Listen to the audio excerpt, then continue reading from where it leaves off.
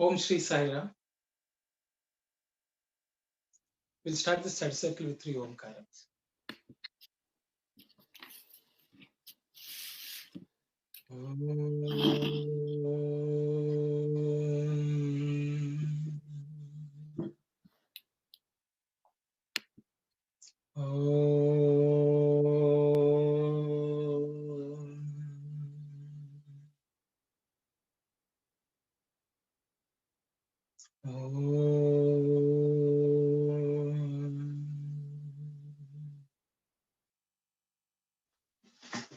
Sai Ram, everyone. So Swami has been slowly taking us through this path of meditation, and he has been slowly getting us to a point where we fully understand what is the real purpose of meditation is. It is to become one with the Lord and not for any worldly benefits. The last week we also discussed the churning of the Milky Ocean. And Swami also is warning us that when we churn our own heart, the poison also will come and the nectar also will come. And for both these, we need the help of the divine. Because the poison has to be consumed by the Lord, Shiva. And even the nectar, when it comes, even the bad qualities will try to make use of it, just like the Rakshasas. And then the Lord has to come to make sure that the negative tendencies do not make use of the divine nectar. So also Swami goes on to talk to us how we have to get over the worldly attachments, because nothing in this world is going to come with us, and so on. That's where we were last week. We will continue on. Sai Ram, Sister Kalyani and Sister Narmada. Sai Ram, why worry over short-lived attachments? Everything in this world is ephemeral, transitory. It is here today, but many may not be here tomorrow. So if you want to crave something with a full heart, seek the Lord, who has no decline. Instead, if you crave progeny, wealth, and all comforts, you will suffer untold misery when you are called upon to leave everything and depart. At that moment, you would lament, "Oh, did I love so deep that I may weep so loud?" In this transitory life, joy and pain are also perforce transitory. So it is indeed humiliating to get immersed in the search for the evanescent uh, and to forget the supreme and the everlasting. Ignoring God, Madhava, who is free from illusion, Maya, and spending time in things immersed in illusion is fruitless. Sorrow alone is the final gain. Nothing here is fit to be worshipped as eternal. Whomever you love, that love has to come to an end. The self same Lord gives and takes. He gives and takes as and when He wishes. Everything is His. So, how foolish it is to lament when things belonging to him are taken back to Him. Therefore, the wise person doesn't pine over anyone or feel undue attachment to anything. Let all the pining and all the attachment be for the Lord. He alone is eternal, the source of all joy. For the rest, love a thing as a thing, not more. Love a person as a person, not more. If you love them more, it is a sign that you have been deceived about their real nature. You can behave only for a short time as if the house you have rented is your own. For as soon as the period is over, it passes on to another. Sarah. Thank you very much, Sister Narmada. I think we read this and we discussed also. If anyone has something, I think there was some concern that youngsters, if they read this, what will they do? Things like that. We will not be able to live. I thought we discussed that we should treat everything as given by the Lord. Everyone actually belongs to the Lord. so that we can cherish and make best use of them, and also take care of everything which is provided to us as custodians who have received a gift from the Lord. That's where we were. I will pause here. If there is anyone who would like to share any thoughts, please go ahead. And then we will move on. Sai. Sorry, Ram. I had a question about the line, for the rest, love a thing as a thing, not more. Love a person as a person, not more. Um, I, I was a, I was just wondering about that. Like, shouldn't you try to love a thing or love a person as God? And so, if we try to just love a thing as a thing or love a person as a person, it seems almost like you're trying to shrink or retract some of your love. So I was wondering about that. Okay, that's a very good question, sister. Again, I will open it up for participants to share your thoughts.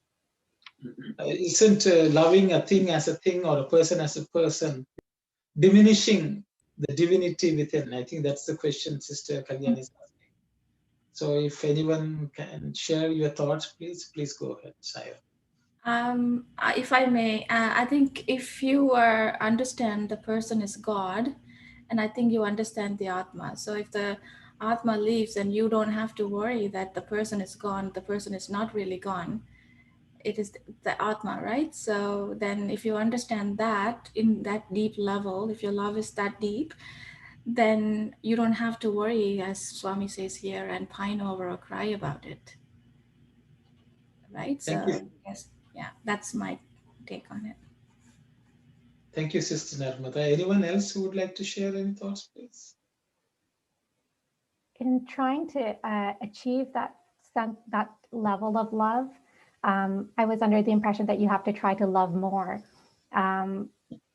not restrict your love, or like trying to reach that level of loving the person as God or realizing that they're Atman. Like in that process, that journey, I felt that you should try to pour more love rather than restrict it. Or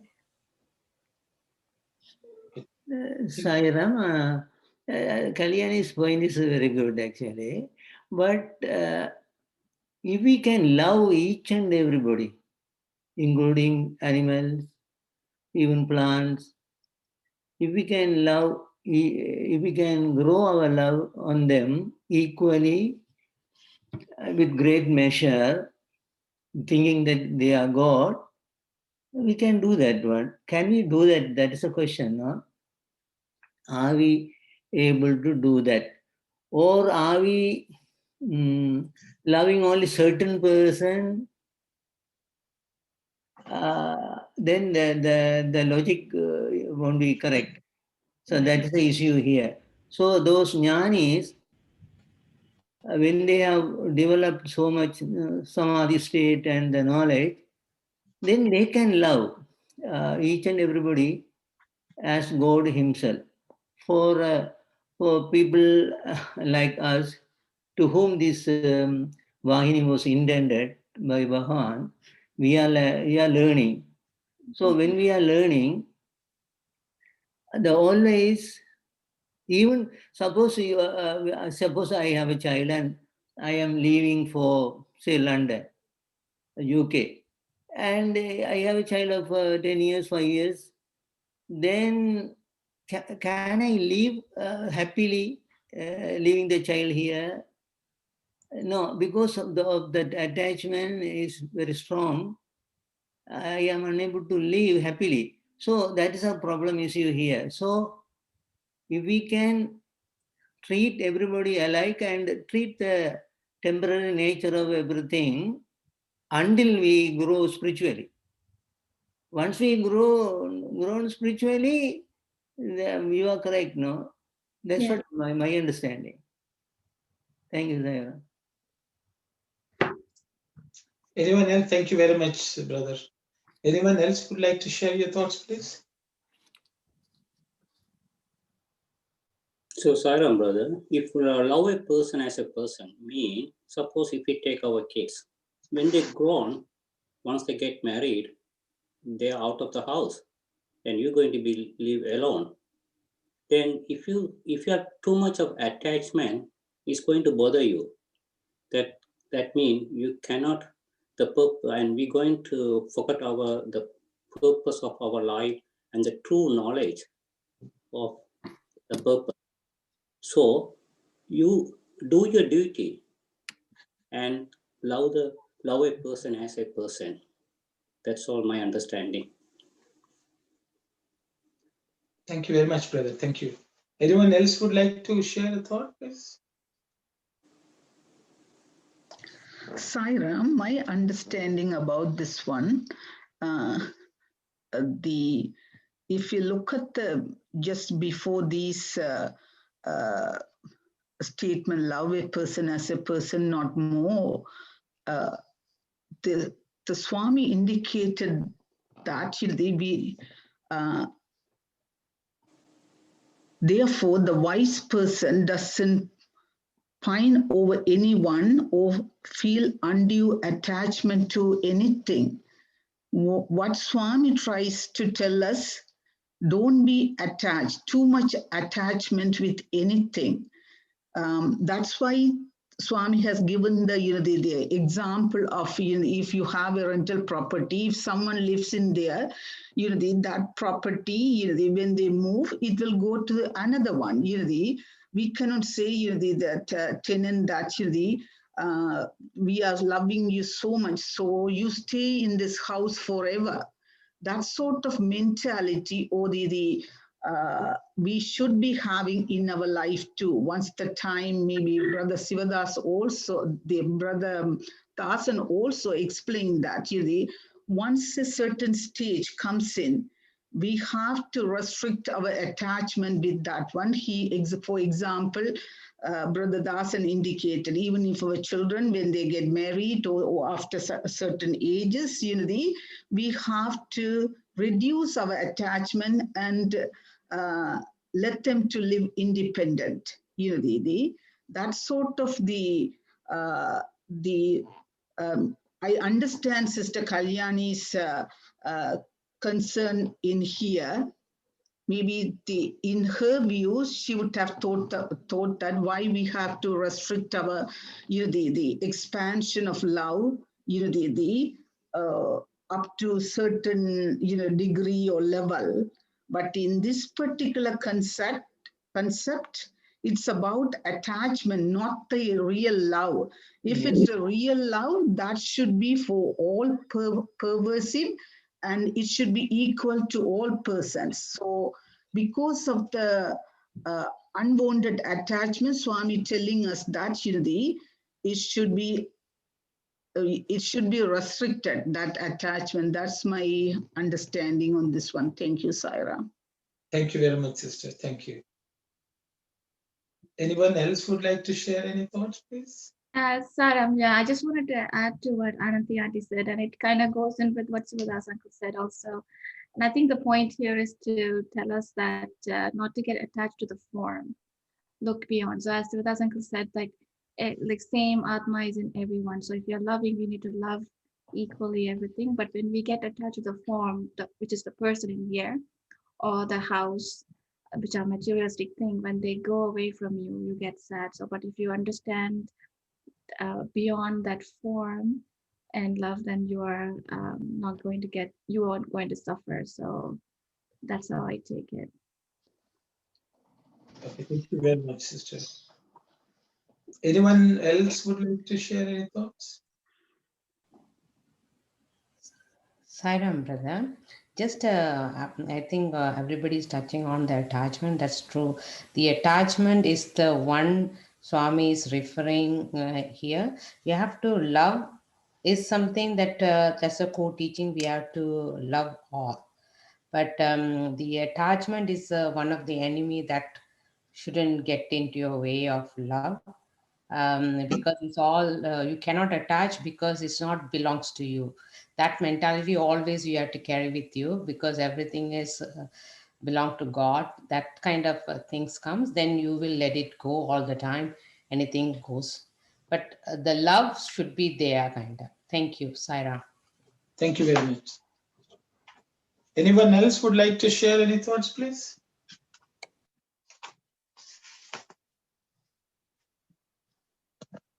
So I thought, okay, if I will also add, and everyone has touched upon attachment and things like that. So then, if you're not attached, how do you love? I think that's where the problem, see, then if there's no attachment, then we are not loving something. I think that's another. So how do we love without attachment? I think that's that fine balance which we have to bring. I can just explain as like sometimes you take your child and go and buy them a nice shoe. They like the shoe so much, you have bought and given them, and they wear it and come, and they can't. Now they don't feel like removing it. So they will say, we will wear it inside the house, and they will, you make some exception and say, okay, today you can wear it. It's still new, so you can wear it. So they will wear it, and then when it's time to go to bed, they will say, now I want to go and sleep with this. Sometimes our understanding of love,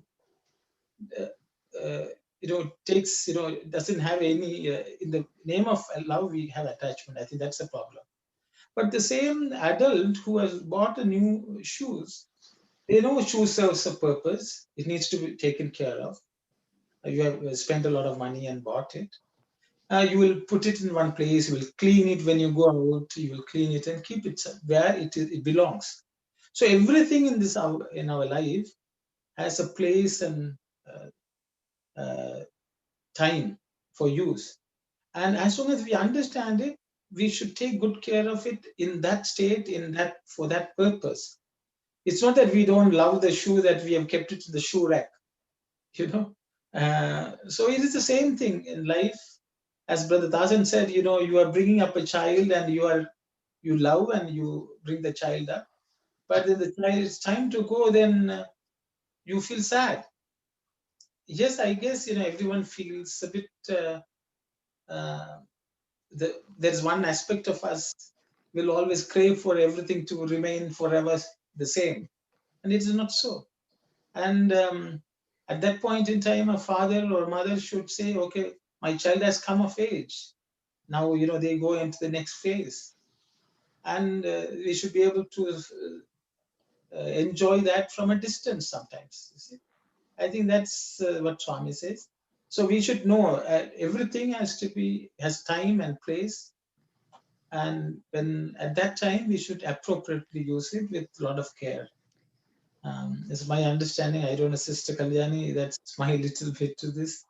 A wonderful discussion from many participants.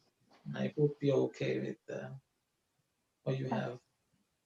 Yes, thank you. That really clarifies it. And I was just wondering, like the more and more we talk about love, I just wonder, like, do I even know really what love is? Because every single thing that I thought was love, I think is really attachment.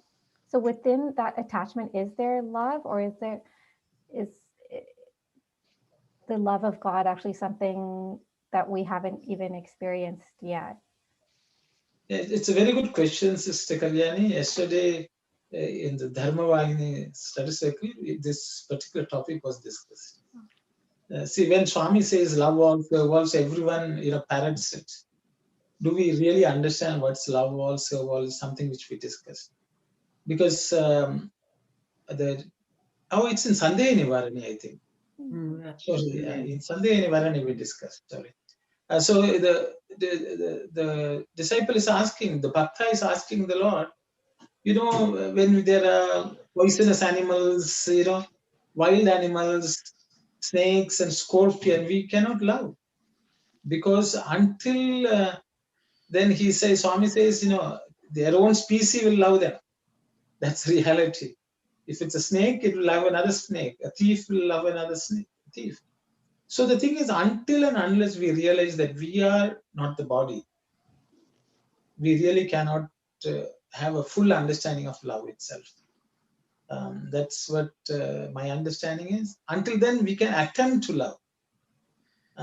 Divinize whatever limited love we have to the best of our ability is what I think. And I will open it up for others to share their thoughts on this. Anyone else would like to? Anna, I'm trying to see if I can put my thought. But I always ask myself, what is love? What is hate? But if you can ask yourself, the only time we are happy with somebody, the way the person you wanted to be. If the moment you are happy with somebody, because the person you are opposite to you, or whoever you talk to, or whoever dealing with, you're happy. I am happy because the way I wanted to be. But that's not the reality. And the same person I'm loved or happy, if the next minute is if it's a person not the way I wanted to be, then I'm not happy. So I see the only time we can to see, I don't know whether the love, exactly what does that mean by love? But I see this way, until we realize who we are, um, like Jnanis or like Sami, we are not going to really understand what is love. That's what my thought, I believe, that anybody can light up. So, so my understanding is, for an example, the dog is barking, is hungry. So because of the love, whatever I have, without discriminating, it's the same hungry, whatever I have. So I'm giving the food. The same love we can share with everyone without having result of the action. This is my understanding. Yes, yeah, you are right. But the dog is barking because you are giving what the dog wanted. But so I'm saying I love everybody, but you can't blindly love. What's exactly love mean? My understanding is, but that's what I'm trying to. You're only loving it because somebody or whatever it is you like the way you want it, or even something you wanted at the moment. Say you want a phone or you want a car, then you have it. So something you wanted at the moment, if you have it, then you are happy. If you have something you don't want at the moment, then you are not going to be happy. So it's all up to us, and because of the way we come to this world with the karmas, everything. So until we clear all karmas and realize ourselves, we are not going to see what's exactly love. But Swami can love everybody because she's realized herself. So I don't think so. We are not loving. We can turn to be loved. But that's what I see it. But yes, until we realize ourselves, we are not going to see what the real love is, as Swami is saying it. So that's what my thought. But I leave you guys to. Sairam. Sairam, Auntie. Sairam. Swami says, the pure love doesn't ask for anything. It only gives. So it depends on the purity of the love, I think. If you are expecting somebody to give you happiness and because of that you love somebody, I don't think that is pure love. You love a person for love's sake. That's what Swami says. Pure life doesn't ask for anything. It only gives. It knows to give only. That is my understanding. If it is pure love, we don't expect anything back. Thank you, Sairam. Thank you very much, Auntie. Thank you. Sairam, I also like what Bala aunty said, like pure love won't expect anything. At the same time, we are studying since the beginning, Swami's teaching is we wanted to see divinity in all, right?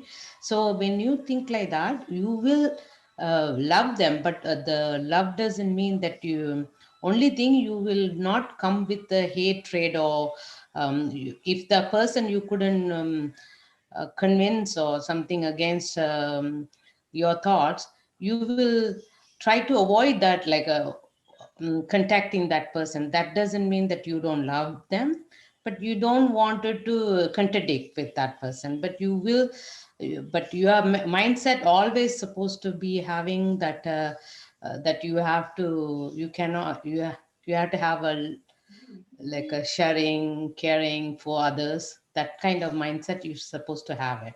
That's the love in nature. Those thoughts are come from the basic of love. So that you should have it as a human being. That's what my thinking is. Thank you, Saira.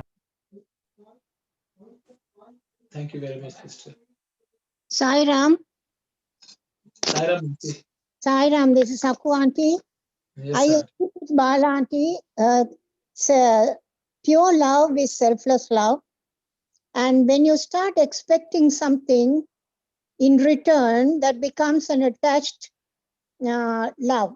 That cannot be considered as pure love. Thank you, Saira.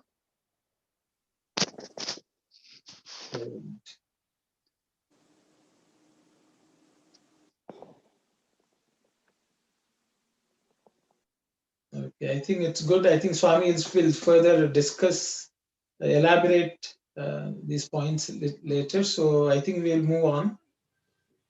So we'll ask Sister Kalyani and Sister Navni. Saram, if you think on these lines, you will know that spouse, children, possessions, and relatives are not yours for long, but only for a short time. So why waste away worrying over these impermanent things? A millionaire can eat only one bellyful, not more. You have to come to this world like the traveler taking refuge at a nightfall in a caravanserai. He departs when dawn breaks. You go towards your goal from caravanserai to caravanserai, stage by stage. It is good to take life in this light. Animals with many legs creep along the ground. People have only two legs, so they can move freely about. The larger the number of legs, the greater the bondage, the tighter the restriction. When one marries, one has four legs. One has become a quadruped. Later, when one gets sons, daughters, in laws, and grandchildren, one is transformed into a regular centipede, capable of moving only by crawling along the ground. One cannot stand erect, one loses freedom of movement. One has to creep slowly along the mirror of material objects.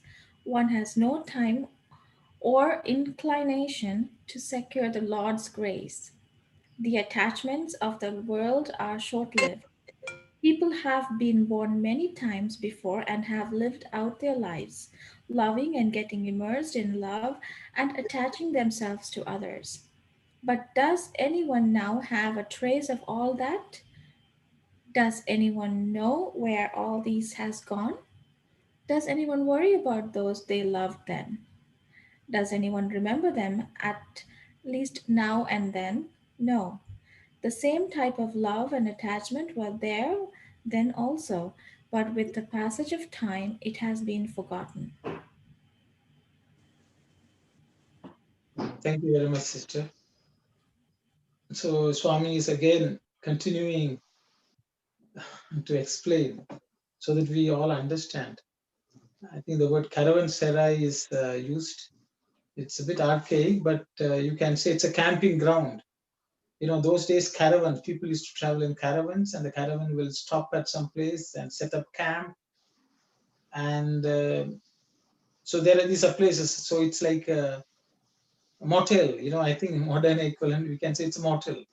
We are going on a trip and we stop at a motel and just for the night. And then in the morning we all get up and leave. We don't decide, okay, now motel is going to be our home. However good the motel was, how good the food was. And so I think that's life is, and I think the rest is all. I think everyone will understand. So I will open it up for discussion, sharing thoughts, please, Saira. Ira, in those days when people used to travel on foot, they needed some rest house. It's called Satram. In Telugu, we call it Satram. And even now it is called Chautri, but it has been transcribed in English as Chautri. It's not Chautri, it is Satram or Chatram, we call it. Chatram is a shade. So people used to take rest on their journey, and they would sleep there at that night, and then following morning they will go and depart to their own destinations. That's what caravanserai it's called. In English, he has translated as caravanserai. It is Satram. I hope people understand this term Satram. Yeah, even Tamil it is same. Yeah. Saira. Tamil also it is same. Satram. Madam, Satram. Yeah.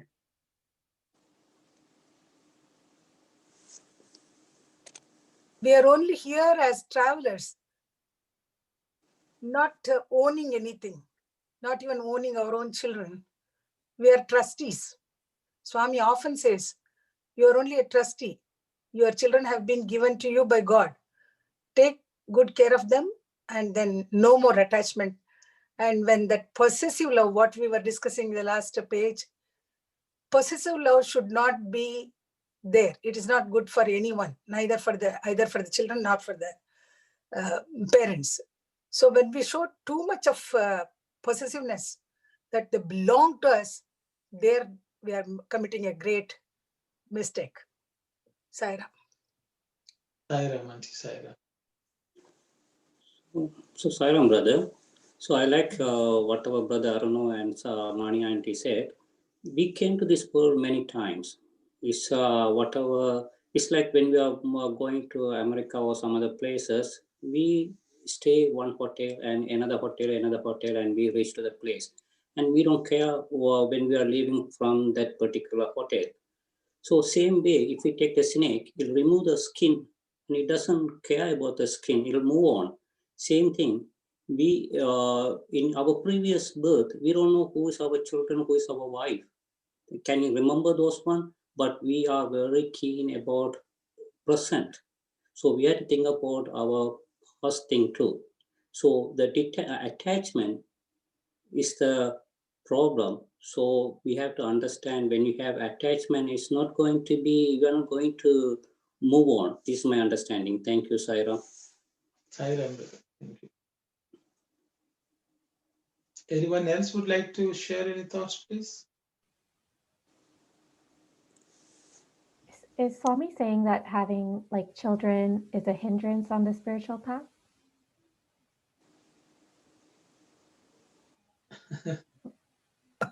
I don't think so. I don't think so, Saira. How can children be a hindrance for us in our sadhana? So long as you are on your path with a determination, they won't come in your way.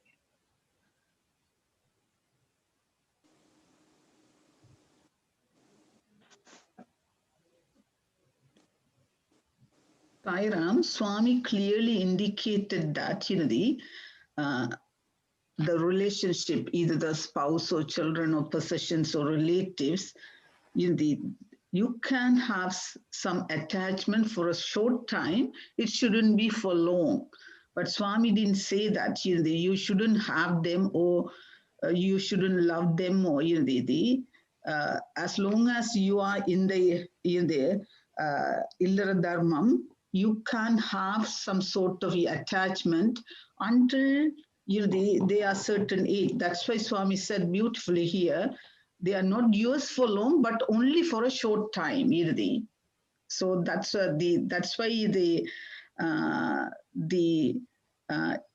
it cannot be a hindrance for the spiritual path. If all up to us, if we detach, and then it shouldn't bother us, because if we always have so much attachment, that's why it bothers us. It's hard, but if we detach, and we may lose our happiness, but we should train ourselves, how to detach. Once we learn it, it would be easily go away and it wouldn't be a hindrance. That's my understanding. But Kalyani, you are too young to be realistic. I thoroughly understand. Maybe when the time comes in, you will be experience it and you will understand it. Thank you, loving Saira. Saira. Oh, sorry. Go ahead, please. Okay. Saramati, I do have a question along what Ananthi Aunty mentioned. So when we look at the second paragraph, Swami says that, when you marry, when you're born, you have two legs and you're free, but you gain, the number of legs are gained and makes you crawl because of, marriage, children, grandchildren, and all that.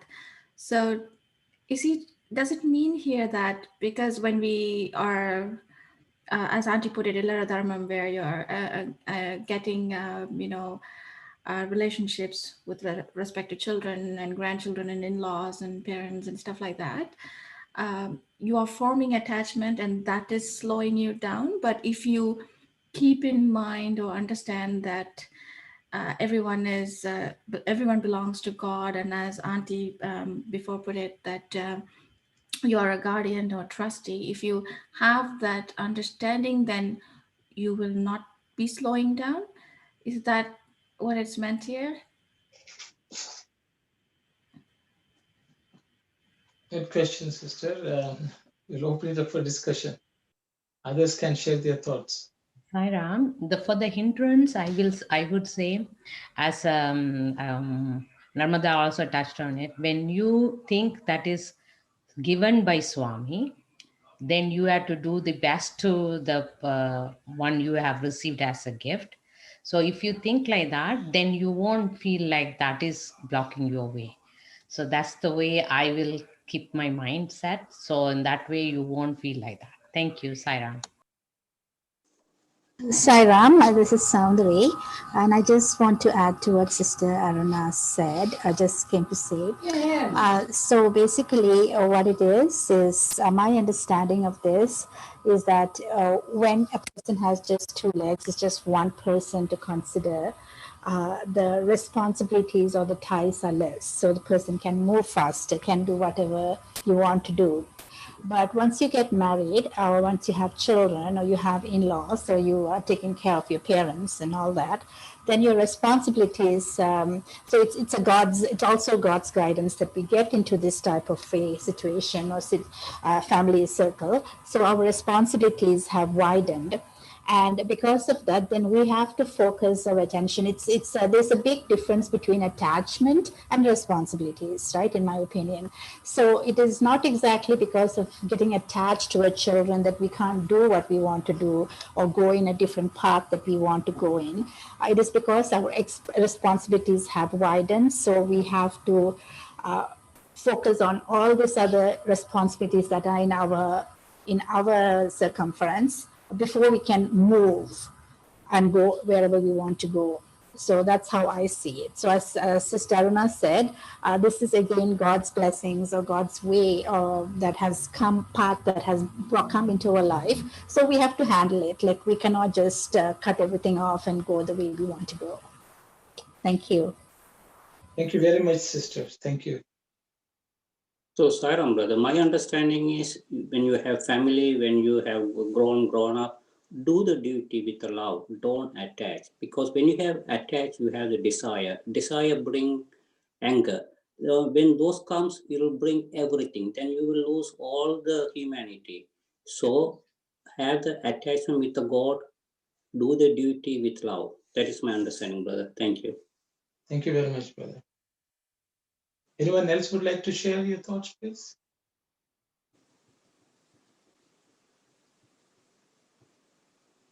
Okay, we had some wonderful discussion on this.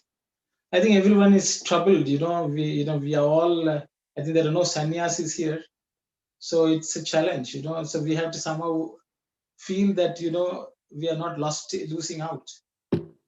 But I think what Swami is trying to mention here, I think we should understand the fact that we are, we may be married, we have a family, we have children, we have in-laws. That is a reality. Okay, when that is the reality, it is a fact that one cannot As Swami himself has said, has no time or inclination to secure the Lord's grace. That's what the second paragraph says. So that is our lot. But then we can't undo everything which is today. But what Swami is trying to point out, if you look at the next paragraph, is when somebody leaves, when somebody passes away, we cling to them also even when they are not there. So then what happens is we will be born again. We will be born again with the same issues. Because one thing is to do our duty when people are around. One thing is to pine after something which is already not even there, or person who is not there. So what happens is, until we learn how to detach ourselves, when the situation changes, there are people who will sit and cry about somebody who has died about 10 years ago. They don't know why. So the thing is, if we cry in the next life, we have to be born, and those people also will come into the picture. Along with them, there will be a huge baggage of other relatives who will also come along with them. So this is the lot. We will again and again. That's why Swami in the third paragraph says, birth after birth, you are going through the same thing. So the thing is, one thing is to love people who are around and do the best.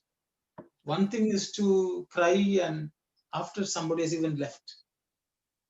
Because sometimes we mindlessly, we hold on to attachment thinking that it is love. Swami is trying to warn us. So that's why Swami says we should not worry. I think in one place he says, don't worry about it. That means we are thinking about something which is not present even. So Swami is trying to warn us of that, so that in birth after birth, our situation, even to do sadhana, will become better, because many people suffer. You don't have to have 10 people. Even with 1 or 2 people, you can't. I can't attend bhajans. I can't attend study circle. I can't read. These are challenges everyone faces, but we don't realize that this is not because of the others. We have earned it in our previous birth. We have not given up attachment when it has to be given up. I think that's what Swami is trying to underline, so that in the as things progress, even when we are freed, and there are many people, everyone has passed away, they are alone sitting in a room, they'll be very, very sad. Very, very sad. No one is there to bother them also. They will say, Swami, I am alone, I don't have anyone. Swami will stand next to them and think, this person mustn't even think I exist. This is what happens, and Swami is trying to warn us. Because when we are alone and no one is there, we should say, oh, Swami, you have given me the best chance. I should think of you all the time. I should do sadhana. But human nature is such that it forgets to do that. And I think Swami is trying to drive this home, because unless we learn to do this, we will not progress in meditation. We cannot focus. I think that is the reason as Swami is talking about it. Okay, this is my bit, but I think together, I think we all understand what we have to do and what we should strive for. Sai Ram.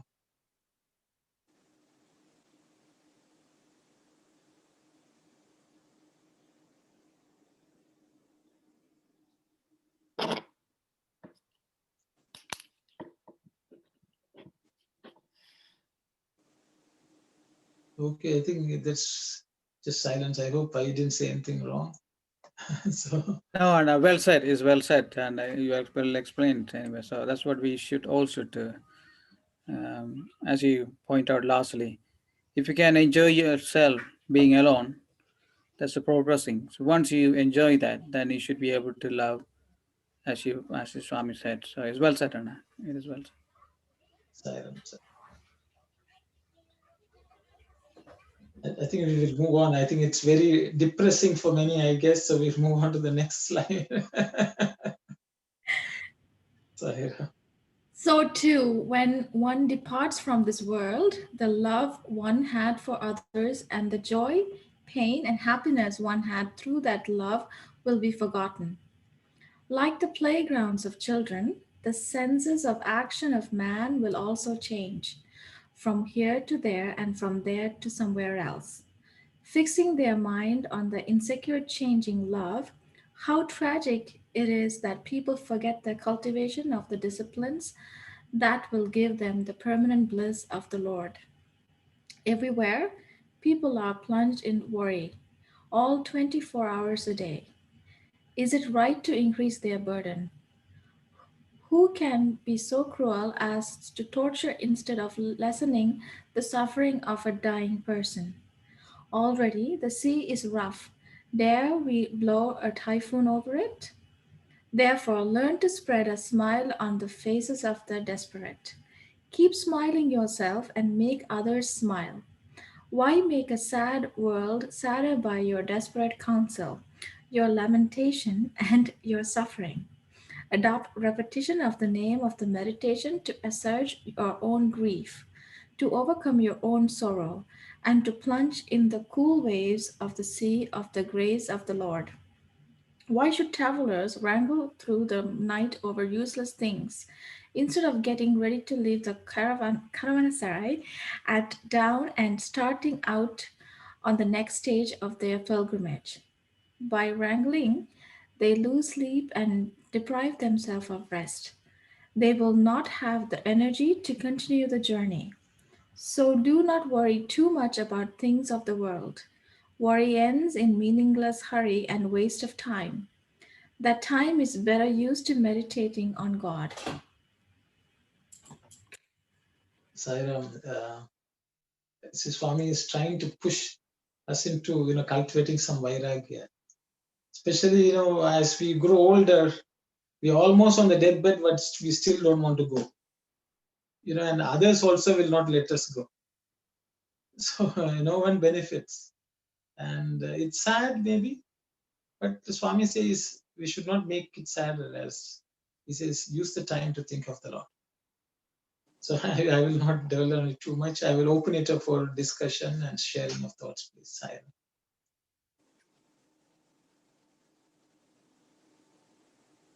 So, Sairam brother, so Swami trying to say here, build up your equanimity.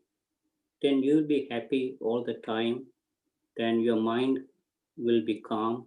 Then it will give us to think about God and meditate on Him. Thank you, brother Sairam. Thank you very much, brother. Thank you.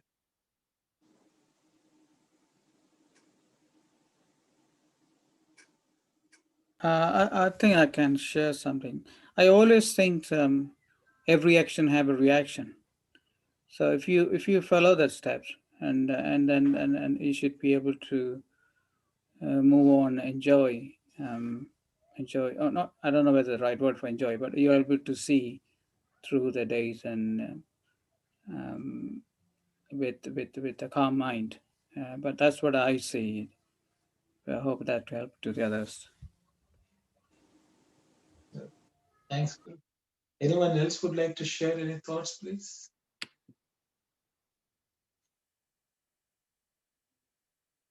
Sairam, Swami, in the second paragraph, Swami said, keep smiling yourself and make others smile.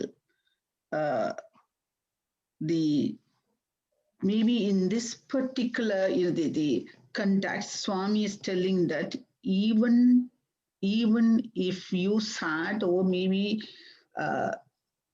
you keep on smiling and make others smile, or whether by saying something, they don't make anybody sad, maybe above and all, or what Swami is trying here, keep smiling yourself and make others smile.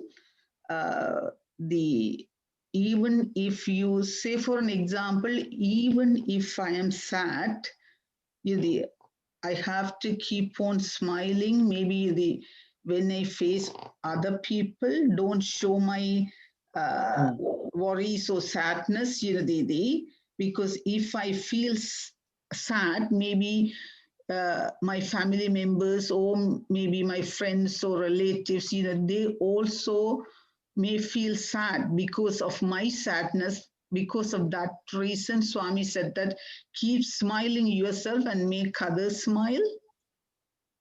Or whether any in-depth meaning behind this one. Thank you, sister. Anyone who would like to comment? Share your thoughts. Sai Ram, yeah. I think it's practically when you are sad, when you do things, you cannot do better. When you are happy also, when you are, the mind is happy only, we can do best in the world. Then when sorrow comes, we are doing this satsangam and everything, we are learning the progress of, the life and death. Swami was saying, only changing the cloth like that. When we understand that, we don't have to be sad. When we are sad, then other people get sad also. It's not going to help us. Instead of that, we are praying God names and namasmarana and do meditation. That's what Swami was saying. Saira. Thank you very much, sister. Thank you. Sai Ram, my views on this is when Swami says to smile, is basically he's telling us to be happy, right? So whatever situation we are in or whatever situation we are faced with, we should accept it because there's a reason for why we are facing this situation. So my understanding of this is that whatever we are faced with, whatever family situation we are in, like we shouldn't see it as a hindrance or we shouldn't see it as a obstacle. We should learn to accept it, and there's a reason why we are going through this. So there are certain reasons why we are having these responsibilities that have come to us. So by accepting it and being happy with it, we end up smiling. And because of that, when we are happy is when we smile. So when we smile, then everybody around us as well also is happy because when one person is happy, we accept the moment, we accept the situation we have in hand at this time, at this point in time. So everybody around us as well is happy with that. And so basically, it's by accepting it, we kind of actually make things better. Like we are able to accomplish whatever we are here for. Sai Ram. Thank you very much, sister. Thank you. Sai Ram. Sai Ram. Swami is keeping on telling about forbearance and equanimity, that in the case of anything, let it be gain or loss or happy or sorrow, any this Dvaita matters, you have to be the same minded. Swami says, he explains to some students about this. In a car, he explains the example of a car. In the car, it's a manual car, when you change the gears from 1 to 2, 2 to 3, the engine might get worked up and heated up and some problems may arise. But when you press the clutch and then you change it, then it is a smooth transfer. So like that, in our daily life, in our life itself, let it be at any bad circumstances or good circumstances, while going from good to bad and bad to good, definitely there is a problem in the feelings of that particular person. So when you go from sadness to happiness, you become elated and you think, I have done it, the pride and the conceit and everything comes. And when it is from happiness to sadness, you don't like to do anything, you hate yourself, and you don't want to mix with other people. Like that, problems come. For that, the clutch is the Saranagati, says. Swami says it is a Saranagati. That is, God is there for everything. He's the one who is carrying on everything. So we have to make up our mind to be the same minded at any time. Whether it is a happy occasion or a sad occasion, we always must think, because Swami says those people with that equanimity are his full-time devotees. They are not part-time, they are full-time devotees, and they will get grace from him, not in this birth, even in the next birth to come. He wants everybody to be equal-mindedness at all circumstances. This is, I learned from one of the students' experience when he was explained, what do you mean by Saranagati? He said, giving everything to God. So Swami says, God doesn't need anything from you. Then start to explain this. You have to be equal-minded. That is the real, what do you call, you're devoted to go, full-time devotee. Full-time devotee is a person who treats both alike. Thank you, Sairam. Thank you, Auntie. Thank you. Anyone else has something to share? Sairam, usually in other context, when we see the other context where Bhagawan is talking, here it looks, okay, think of your Atmic nature and be cheerful within yourself and spread the cheerfulness or the smile at others. So be always happy that you are indestructible Atma. So he has been saying that right from the beginning, no? You are immortal, indestructible. So believe in it, know that, practice it, think of it, and do regular sadhana and keep that, keep your mind in the outside society also cheerful, so that the people who may be sad due to some other problem at home will be made cheerful, because when we are cheerful. So that is the reason Bhagavan used to say, don't put a castor oil face and go out. One day somebody said, don't close your door and sit.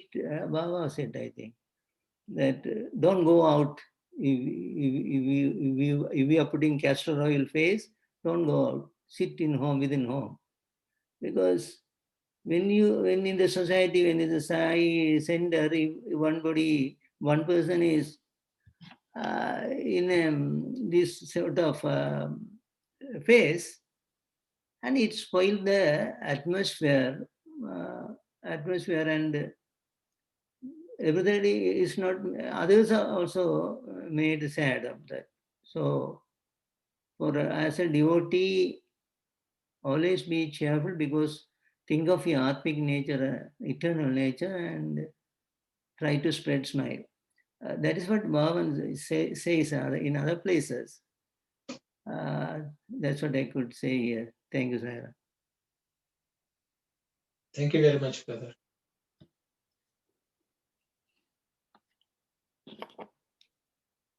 So I think because this all instruction Swami has given, I don't know whether we need to spend a little more time on this.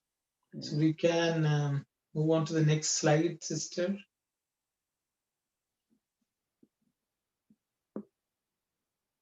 We are actors in the Lord's play.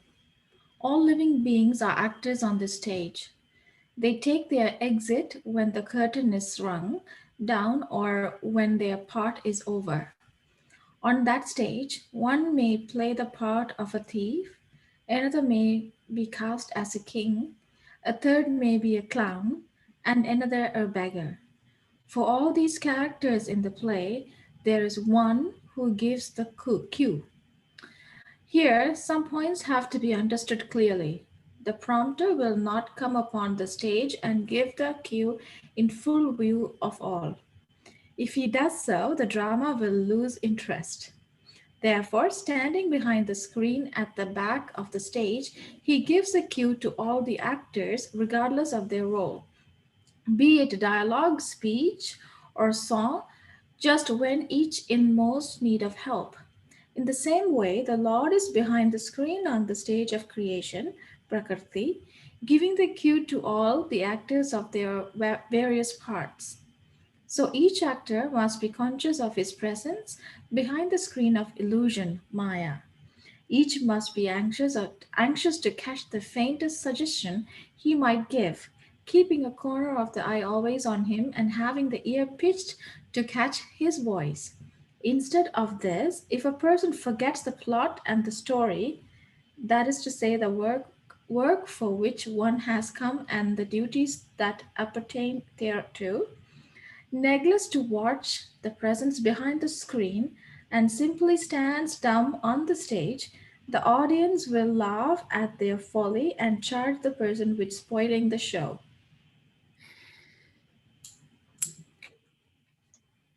So I think Swami is equating our entire life, what goes on, to a play, and we have all put on a role.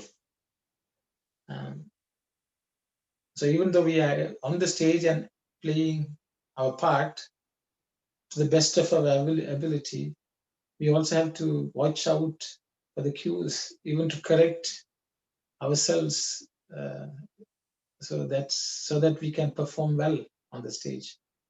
And that's what Swami is saying. So I will stop here and ask others to share your thoughts, please. Saira.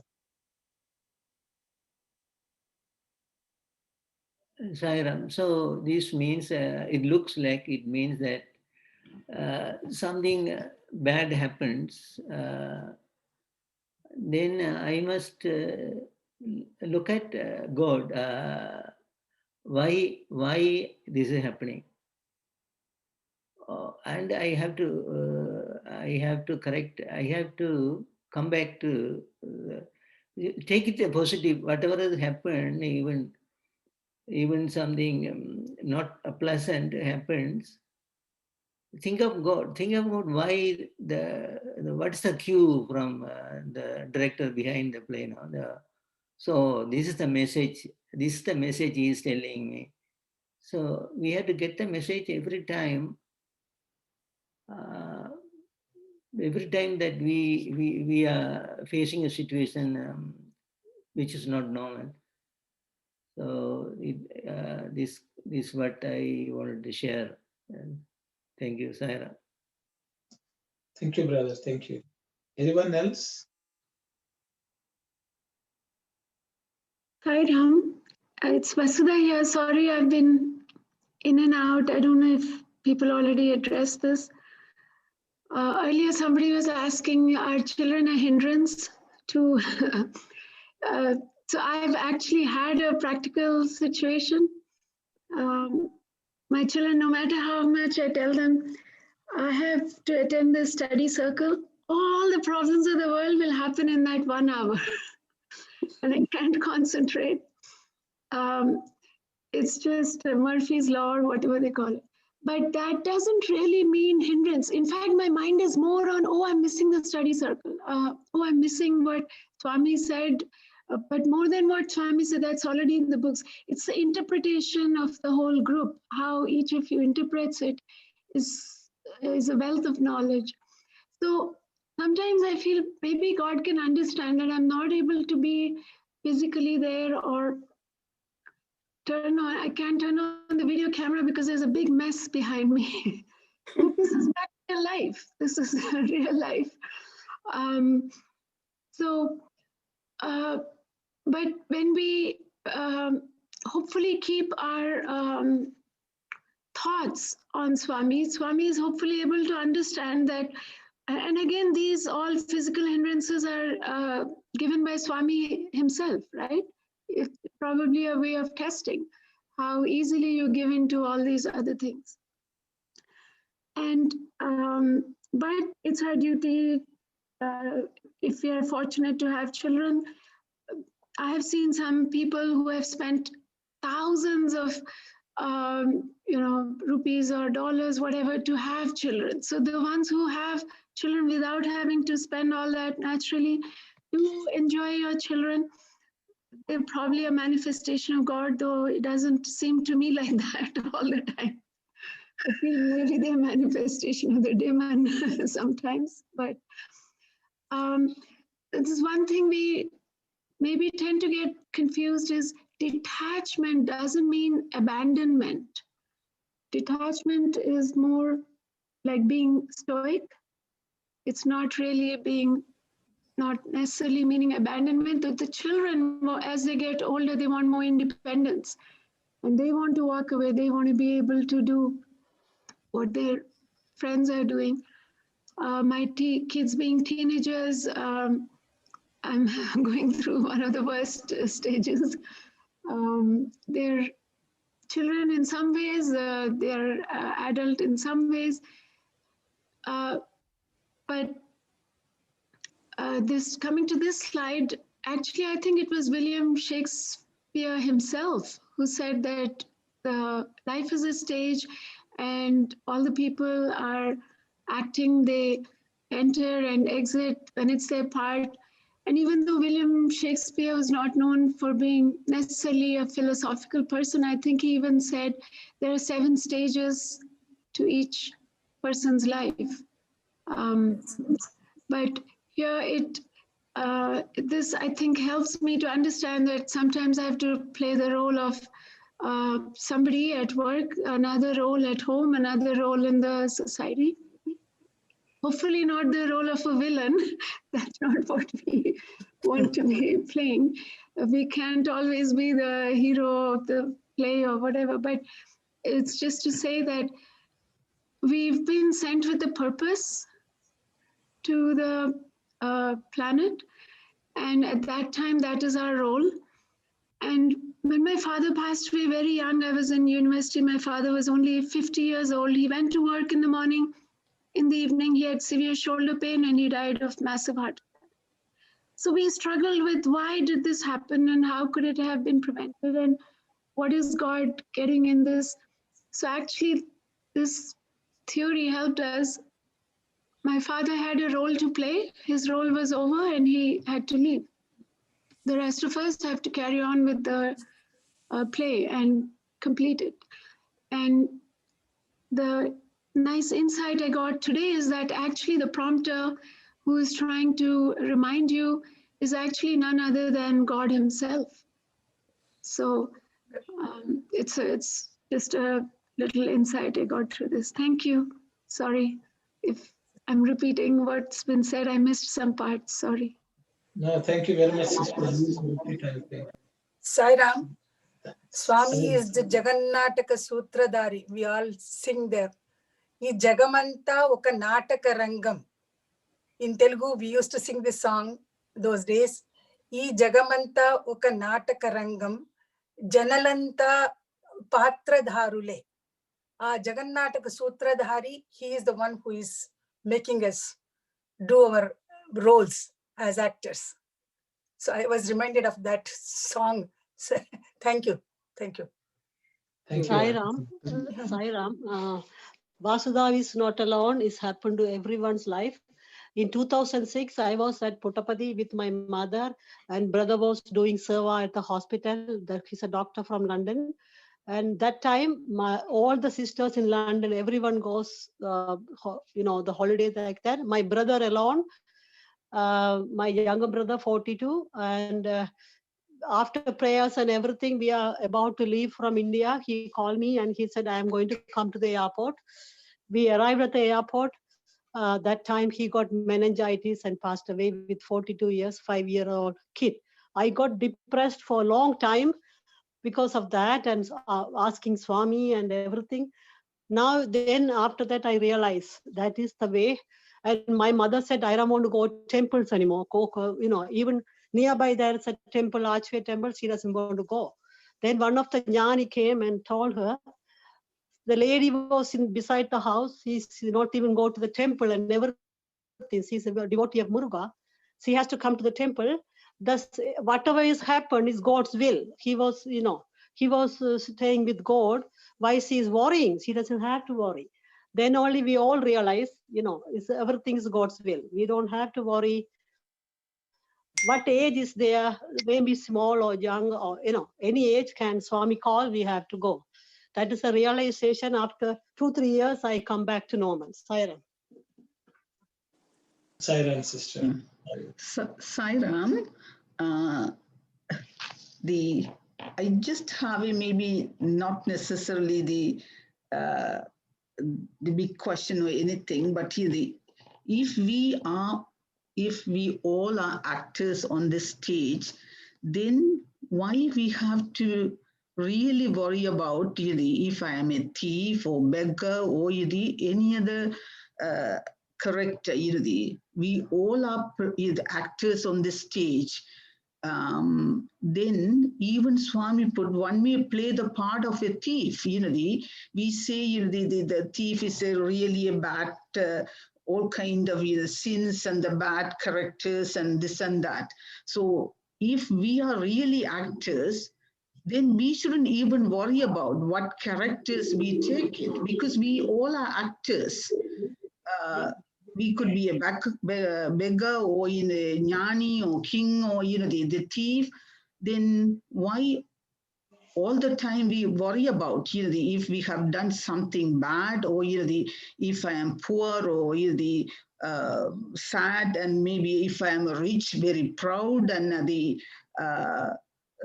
all other things. But only my particular question on this one: if we are actors on this stage, if I take part as an actor, as a thief, then should I really worry about that role?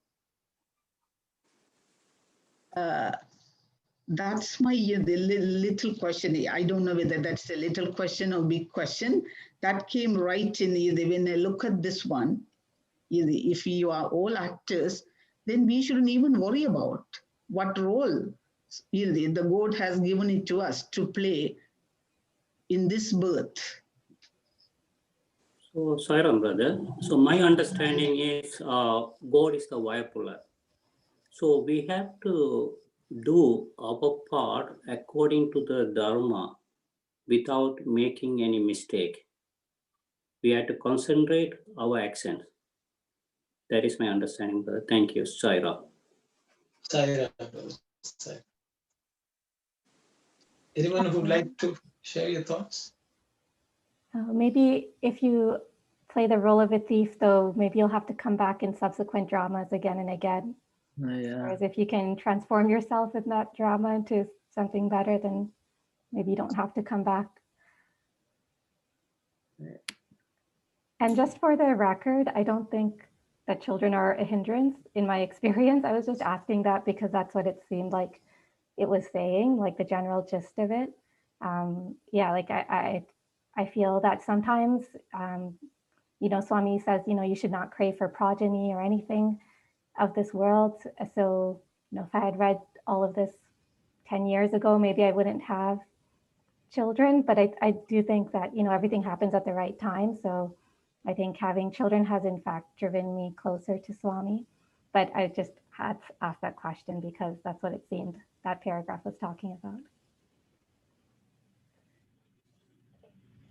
Sairam, sister, thank you. Anyone who would like to share any thoughts, please? Sairam, I also want to share my view on these paragraphs.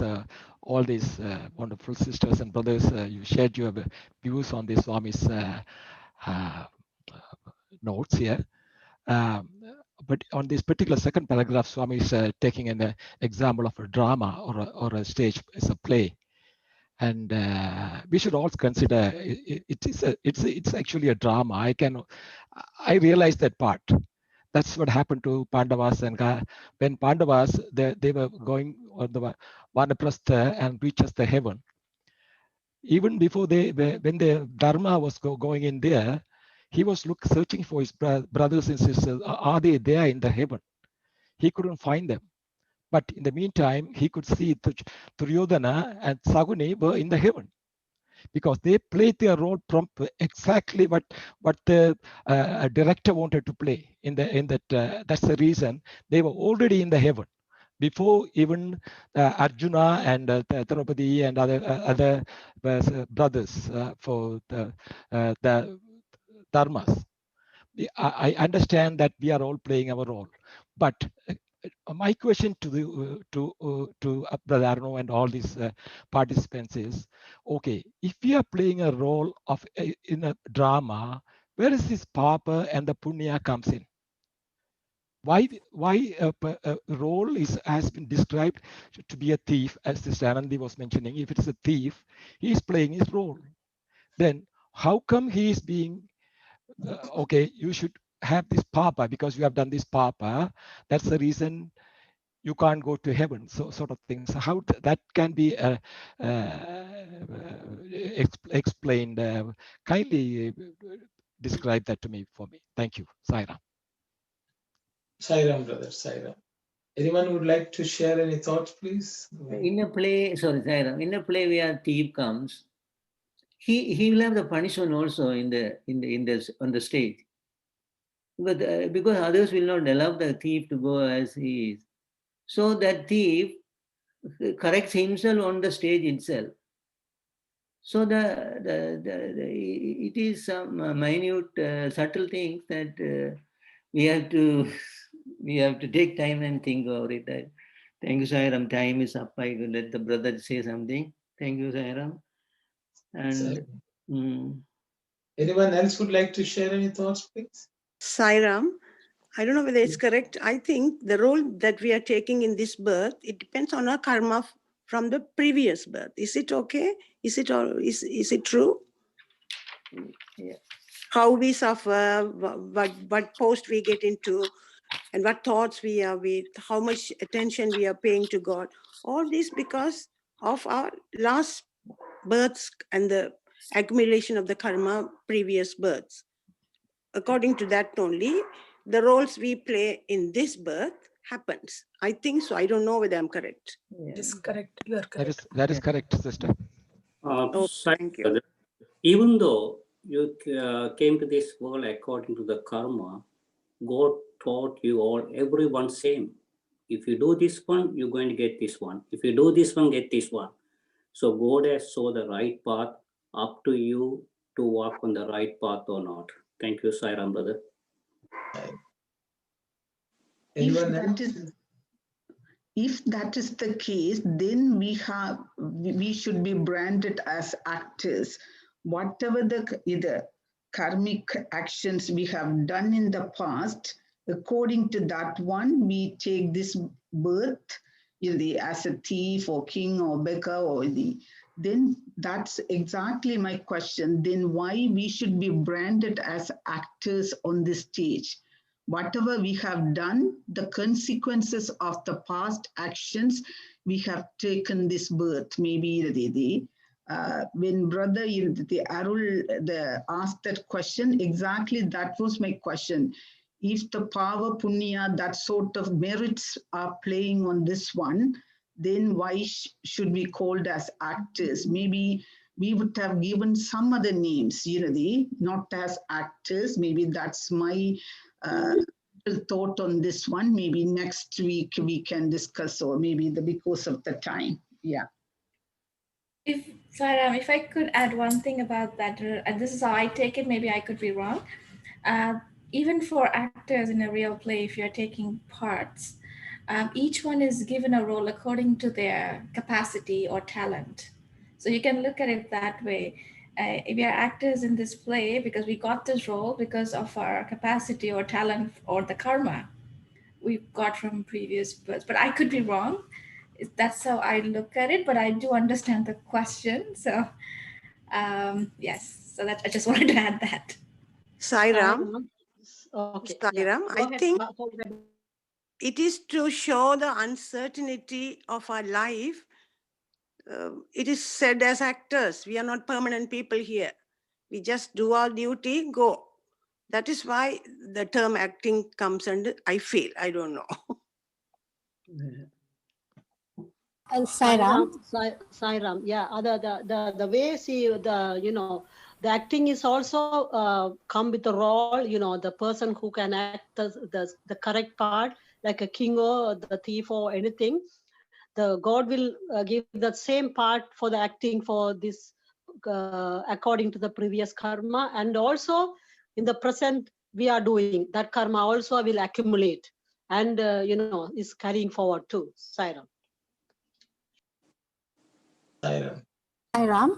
So yeah, so it is termed that we have all come here as actors. So which could be true based on our karma, right? From the previous, not just from the previous life, but the previous lives, of all the different lives that we have had in the past have accumulated and given us and put us in the situation or given us the life and the opportunities we have in this life. However, each one of us also have a sense of discretion, right? In the life that we are living now. So we do have some kind of discretion to know what is right and what is wrong. And based on that, how we decide